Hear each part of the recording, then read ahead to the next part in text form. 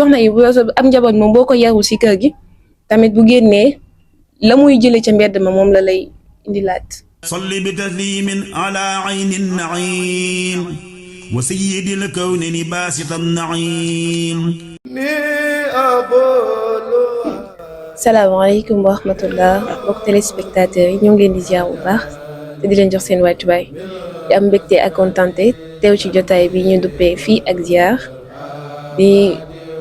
leen jaajëfal bu baax a baax ci invitation bi. ku nekk xam na ne soxna dafay occuper place bu am importance ci li nga xam ne mooy lislaam ndax bu ñu delloo si dundu yonent bi sallallahu alayhi wa sallam ne soxna moo njëkk a gëm soxna moo njëkk a yëkkati li nga xam ne mooy alalam def ko ci yoonu lislaam kon kooku bu am importance la ci lislaam rawatina nag ci yoonu murit nga xam ne dégg nañ bu baax soxna Fadja nga xam ne demoon na sax ba ñu tuddee ko ab daaj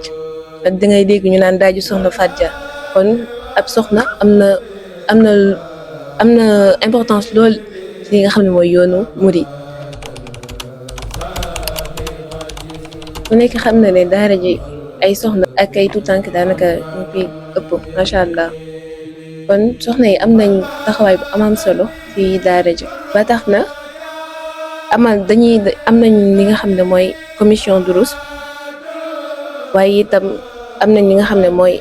daara boo xam ne fa la ñuy sàkkoo xam-xam ndax Aynu Nahim dafa nekk daara boo xam ne bu mu déggee suñu borom subhanahu wa taala wax ci alquran ne fasalu ahla zikri in kuntum la ta'lamun kon mooy daw leen dem sàkku xam-xam ci ñi nga xam ne ñoom ñoo xam boo leen xamoon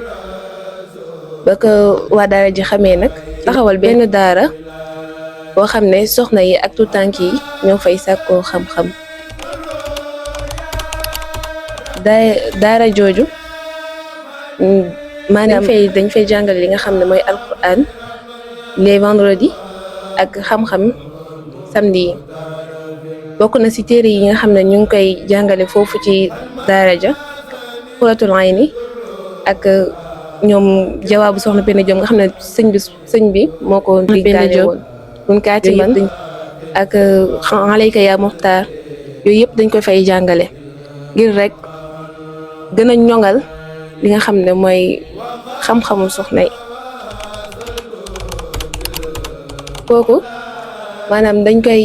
koy gën a tàggat ci li nga xam ne moom mooy xam-xam comme lu ci mel ni li nga xam ne mooy tasawudu si xaar bu fekkee jàngoonoo ko boo ñëwee fii tamit dañ la ciy dalal lu ci mel ni tamit